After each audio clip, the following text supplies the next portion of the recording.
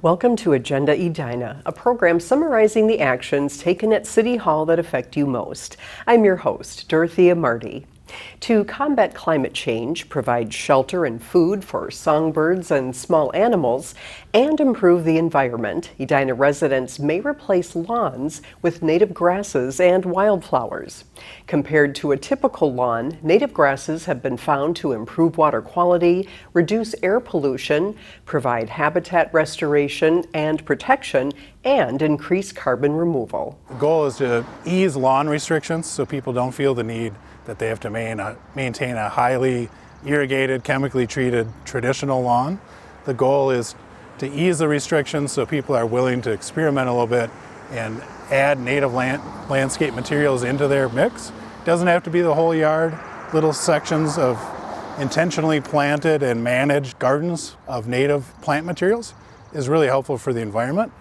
The Edina City Council recently amended local law to remove and ease lawn and grass requirements. Changes to the city code also increase buffer distances around water bodies from 20 to 30 feet and decrease the front yard setback for planned landscape and natural areas from 20 feet to 5 feet.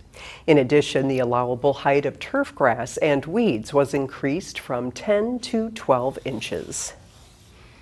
Weber Park and the pond between Lynn and Kipling Avenues have taken on a new look this summer. A $12.5 million project at those sites, which drastically reduced flooding in the city, has entered a new phase: nature restoration.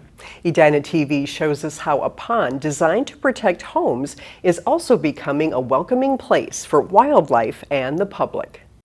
Morningside, a neighborhood with more than 100 years of growth, has been at odds with summer storms. With climate change bringing us more and more stormwater, we're seeing flood exposure for homes really going up. Reducing that exposure meant finding a place for that stormwater to go. The new Weber Pond can hold 5 times more water, and pumps automatically make room based on readings from the National Weather Service. It's going to be recalculating and reviewing the data every 15 minutes to make a decision. Before trees and earth were removed to expand Weber Pond and the Lynn Kipling inundation area, a plan was made to bring nature back after the work was complete. And this was a place of refuge for people before the project even. And so we came in to remove some trees to make space for this flood improvement project. And while we're here, we also wanted to improve the landscape. They are currently working on installing erosion control blanket. Resource Environmental Solutions is rolling out a new look for the project sites. Thousands of climate-adaptive plants, including grasses, shrubs, and 1,200 trees, are settling into their new home. We will be future ready as climate change has its impact on this landscape. This final phase of the project will take time to blossom, so visitors are asked to tread lightly. Tread lightly, stick to the trails, and keep your pets on the trails as much as possible during this vulnerable time for these young plants. Reducing potential for flooding while creating a place anyone would want to visit. I'm Dan Carpenter for Edina TV.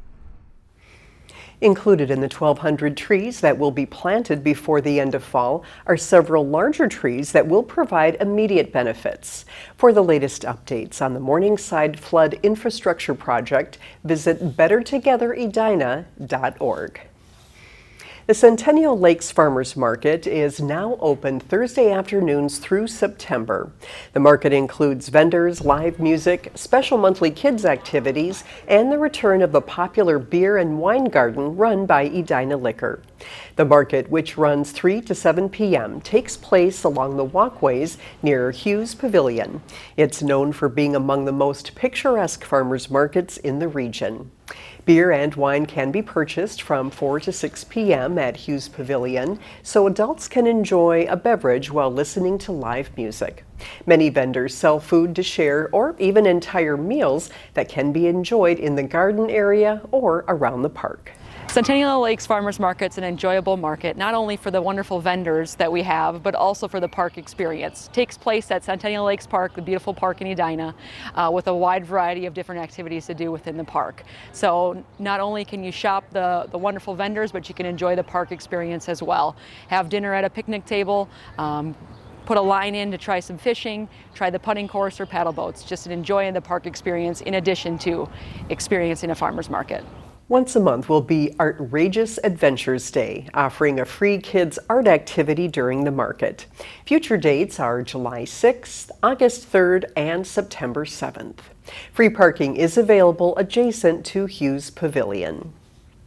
June is Pride Month. We celebrate Pride Month in Edina to recognize and acknowledge individuals in the LGBTQIA+ community who have made an impact on local, national, and international history. Happy Pride. Thank you for watching this episode of Agenda Edina. I'm your host, Dorothea Marty.